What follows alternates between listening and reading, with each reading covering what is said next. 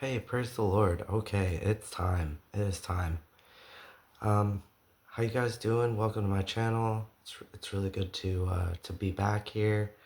I I have been procrastinating this video. I've felt a little bit sick, and I mean, I haven't been doing videos for several months, so this is gonna be like a new thing again, and unfortunately, in the beginning of doing videos, it's a little bit, it's a little nerve-wracking, but we're gonna get through it because all things are for the Lord, and so it doesn't really matter what I feel or what I think, and I'm just gonna put all of that aside for the bigger picture, and if I can help somebody or fellowship and allow people to know that they're not alone, to be able to relate to somebody, then I'm doing my part. And this is just gonna be a short like update testimony video. I I had a really long journey getting to this point where I'm safe and stable, and um, no longer married to a woman. And like, let me rewind a little bit. So I'm a former transgender. So I guess they call it, I really hate terminology. I guess they call it like a detransitioner or whatever. I don't know. I just always thought I was a soul trapped in the wrong body, and, believed that, even though I was born a female, that I was supposed to always be a male. And I ran with that like my whole life, and I never believed in God. And I heard, I just made up my own God basically. And you can go back to my 20-minute testimony video or my 30-minute testimony video, however long it is, and hear like the whole transgender to Jesus testimony, right? So um that's not what this is. But it's been, about a year since I made that video. I don't know. I'm not good at timelines, but it's been about a year. And so since that video, I did get divorced to my former ex-wife, my former wife. I'm sorry if this is kind of a terrible video.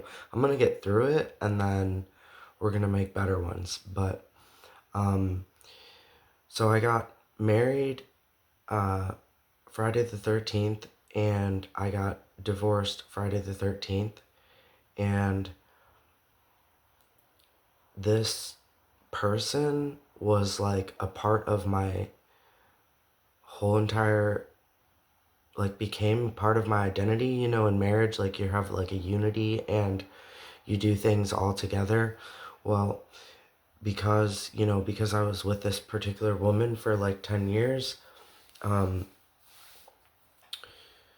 you know I didn't really know what to do without her, but I just knew that uh the call on my life from Jesus Christ was so great of a pull that I just felt like if I had continued in my sins, that I didn't, I felt totally doomed.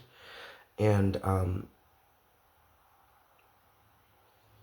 not gonna say that, like, I'm not gonna say that I don't still struggle with like thoughts. Um, so, um, a lot of the things that I struggled with have been lifted. Most of them have all been lifted, but sometimes I still struggle with, desires for women, right? Or sometimes I still feel more manly than feminine, um, and things like that. But I'm working on just walking with God, and um, the bottom line is that if He says it, I'm gonna do it. Like, I'm just really tired of trying to run my own life, and I'm really tired of the way that my life had been.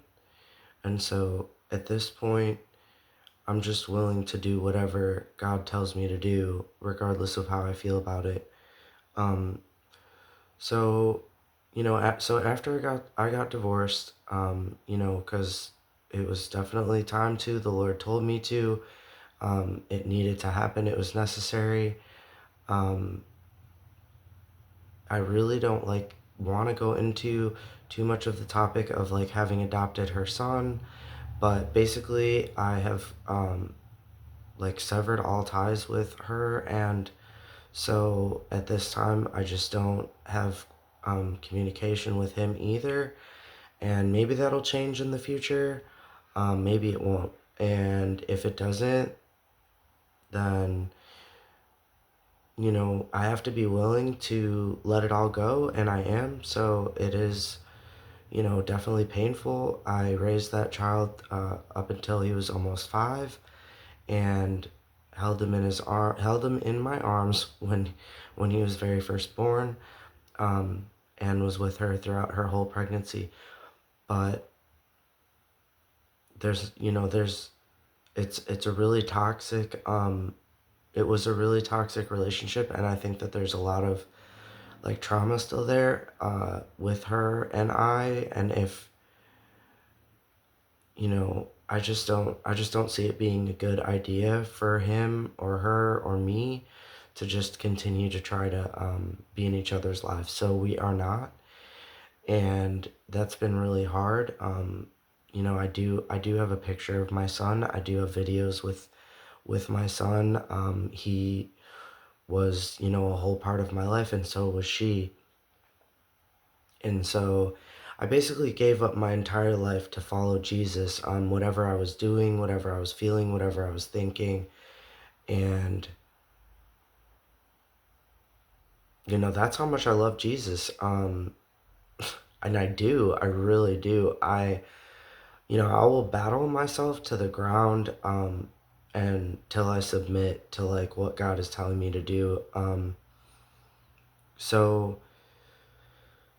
but we do live in a world that's, the God of this world is Satan, and I did come from a background of, basically living by him. So the transition out of living under, um, being very, I followed like witchcraft and occultism and, you know, Satanistic practices and channeling and just everything pagan, but I'm not anybody. I'm just a girl, and it was all just like things that I was doing that I didn't know what I was doing, and like summoning things and channeling things that I didn't know what I was channeling.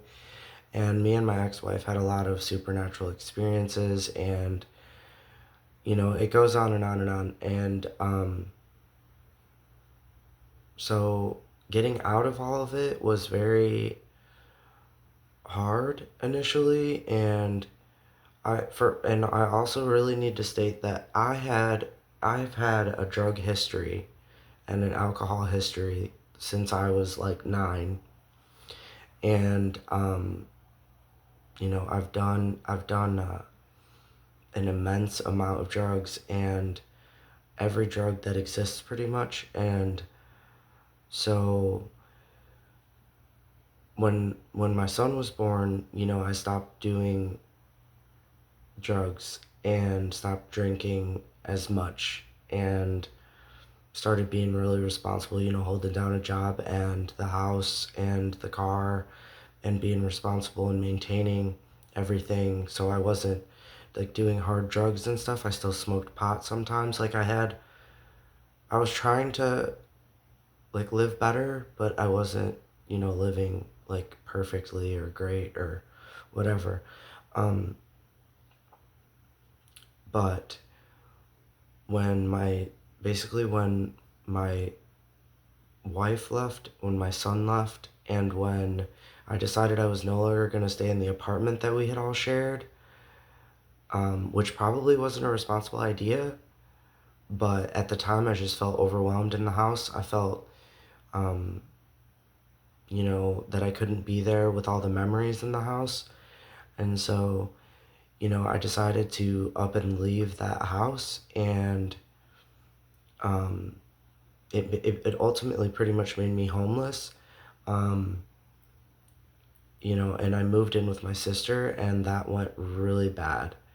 Um, so, she evicted me, and that's when I became homeless and started doing all the drugs again that I'd like ever done plus more. And it was really sad and really crazy how I went from like proclaiming the gospels, proclaiming Jesus, proclaiming my testimony, proclaiming how much I loved God, how much I hated evil and darkness, trying really hard to be a new creature in Christ, change everything about my life, change myself, change, everything with, doing like Bible studies, trying to take all, fellow believers' suggestions, trying to, just trying really hard to walk a whole new life, to, just completely falling on my face. And, I, I just kind of, I don't know, just gave up. Demonic attacks. I felt like, totally like hopeless, I guess. And so, I started following, Christ so radically. I got baptized May 19th of 2024 in the water. And um, I dedicated my life to God. I wanted nothing more than to be with God. And I went from like church to church to church, like getting deliverances, praying for all of the things to break off of me that I had been involved with, praying, to break, like sever soul ties, praying to break all of the things that I'd ever done, being involved in like the pharmakia, with injecting testosterone, just homosexuality, like praying against that. And so, different pastors did deliverances on me, and I would fall out, um, and I don't have explanations for these scenarios. I tried to make videos before in the past on explaining the experiences, and it's really hard to explain. Um, but some of the bigger named people that I had deliverances from was Pastor Marcus Rogers at Firehouse Church in Chicago, and Pastor Greg Locke in Tennessee at his tent church. Um, and these deliverances were like major. They were like really big. I had several deliverances from Pastor Marcus Rogers' church. Um, and so, yeah, I was doing all of these different things, um, taking in suggestions. And like I said, like doing Bible studies. I was joining a live Bible study every single night. I was in different, like, different pastors have like different groups that you can join, like WhatsApp and what's the other one? Discord. And trying to do like Zoom calls, different, just everything that I could do to get closer to God, learn more about God, learn scriptures. And I have been trying to learn about God, and really gave myself to God in 2024, but I've been trying to learn about God since 2020. Um, and, Age of Deceit 1, 2, and 3 was a documentary that was put out and that was on YouTube. And I think it was by a guy named Gons, or like Scariest Movie Ever, or I don't know, a YouTuber that's like no longer on there. But I think his documentaries, Age of Deceit 1, 2, and 3, are re-uploaded by like somebody else. that you could still find today. But I watched these videos and they really opened my eyes to my sin and conviction. And I'd been preached the gospel previously when I was like 23, and I was like 27 at this time. But when I was 23 and preached the gospel, um, I didn't feel conviction of sins. I kind of like accepted Jesus or whatever. Um, and it was really nonchalant. Like I felt that it was true what was being told to me, but I just didn't understand the depths of darkness versus, Jesus is the truth, the way, and the life, the light, the fruits, the difference between the kingdoms. I didn't understand that God had like actual expectations.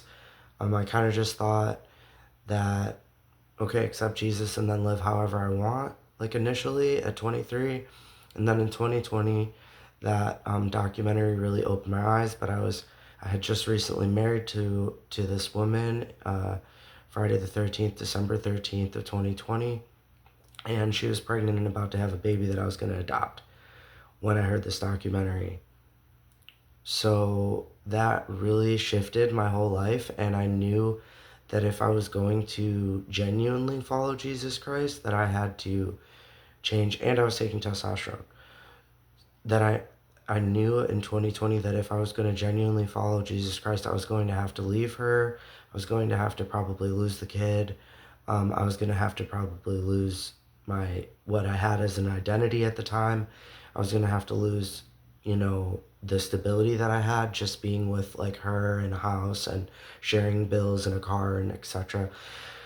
And so it was like a really overwhelming truth to swallow, but you can't ignore the truth when you hear the truth. It's kind of like somebody's shining a light in your eyes when you're trying to sleep. It's really annoying. You just can't avoid like it affecting you.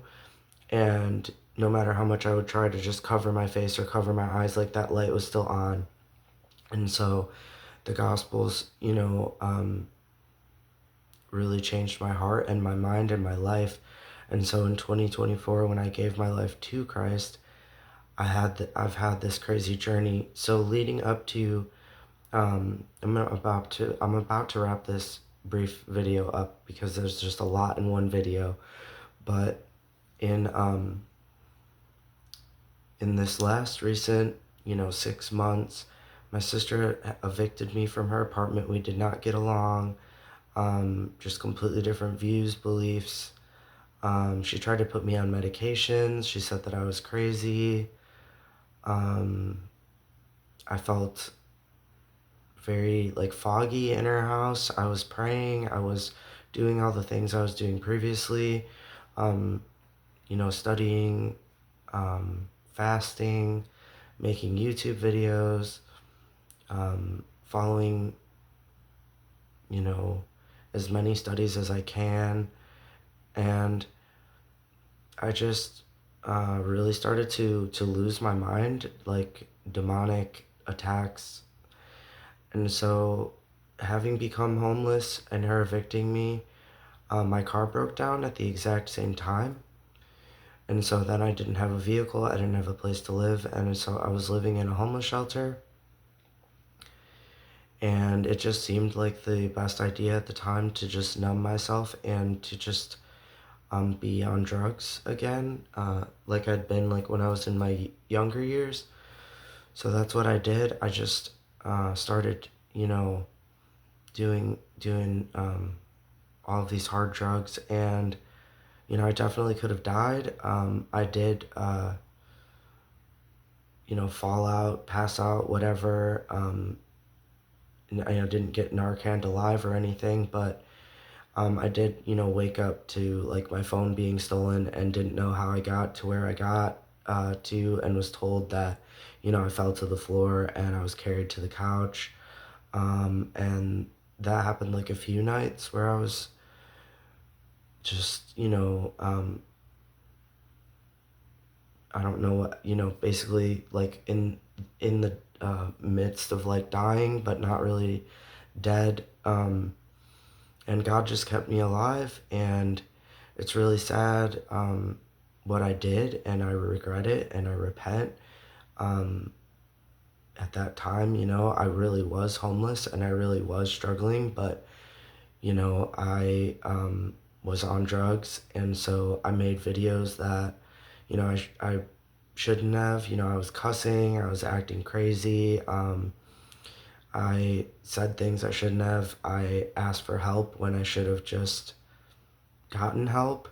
Um, I just, I just should have done things so differently, but glory to Jesus Christ, he kept me. And I reached out to a sister in Christ, and she said to me, you know, you really just need to get out of there and to get yourself help. And so I did. I went to a 30-day rehab, and I completed it in Chicago. And then she offered me a deal, and it was basically God taking me from the streets, frozen, just cold in the snow, losing all my things, just having a backpack and then losing that backpack and getting a new backpack, like dumpster diving, just living really poorly. Um, like I don't know how I still have my ID and like my driver's license and my wallet and stuff. But I had three different phones, and they were stolen over and over and over, and my backpacks and like my Bibles and like my notebooks and journals and just, I'm sorry, I have this cold. Just whatever I had at the time, I'd lost. I didn't have a place to put it. And so I was offered this really amazing opportunity, and I've taken it, and it's going really, really well. So I was offered to get sent to this Warrior Center program, and so I took that opportunity, and from this 30-day rehab, I went to this Warrior Center program, and for the last almost about 6 months, I've been staying there, and it changed me so much. It changed me so much. I grew, I learned, I stabilized, I grew more responsible.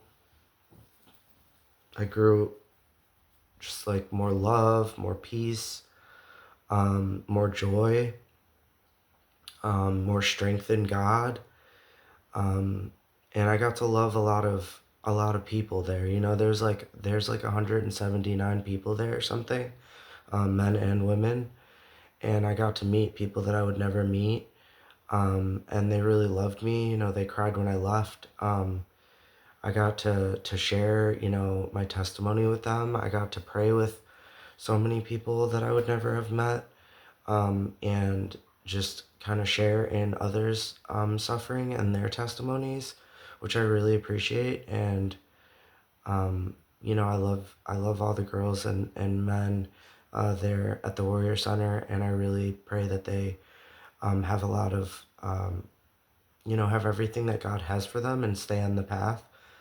And so now I am able to stay with the woman that has been faithfully helping me, this Christian lady who's been faithfully helping me since basically um, May of 2024. A little bit before May of 2024, but around May um, of 2024. She has helped me, like faithfully helped me um, for this whole time, just kind of walking me through this journey with Christ. Um, and um, so I have like so many things that I could go over. I'm gonna say it. So I had a phone number that was 666, and I was told by many Christians that like that could be like an open doorway. Plus, it was like an old number, so I had that number changed, and I was told that like my tattoo was maybe an open doorway, so I had that covered up. And I forgot what the other thing was. I think it was just the marriage. I'm not sure, but just anything that was like, keeping me bound by Satan at all. I was just like, take it, take it, take it. Change it. Let's do it. Whatever it is. I'm pretty sure, like, if, like you said, like, I don't know, just, I'm very open to, like, hearing people's, um, in fact, I get emails of, like, suggestions from fellow believers, and I do take them and try to do them. So anyways, she gave me this amazing opportunity to basically start my life over and reestablish myself here in her home. She gave me my own room, and she's given me a leg up in every single way that I could imagine. She's given me a computer to use that I can, write. I can hopefully make music on someday soon. Make different videos, do Bible studies. Do job applications. That's the thing that's been happening. I'm going to definitely prosper with Christ this time in my life and start all over. I'm in a completely different state. I'm starting from scratch. And she's also given me a car to use. I'm like overly blessed. I'm more than blessed than I know what to do with. God is really good. God is merciful. God is kind. God can take you out of any situation and pull you out of it and give you everything that you've been praying for. I'm a testimony of it. I'm a walking, breathing, living testimony of how good God is. And so I just had to make this video, as uncomfortable as it is, as much as I don't really feel that good, and as much as, whatever I feel, it's all put to the side because, you know, this testimony that I have by the blood of the Lamb and the word of my testimony, I'm an overcomer. And He didn't give me this testimony to keep quiet about. I'm going to continue to say how amazing that God is, that He can take me from all of these hopeless, helpless, crazy bondage, chains, torment, and hopelessness. Did I say that already? To just this amazing opportunity. So thank you for listening, and I'm really grateful that you're here, and I hope that we fellowship together, and I hope that you got some joy and some motivation from this video, and just reestablished in your faith of how good God is. I know I can definitely benefit from when I hear testimony videos, so I hope this benefited you. And I love you so much with the love of Christ, and I pray you have a blessed night. Thank you so much for being here. God bless.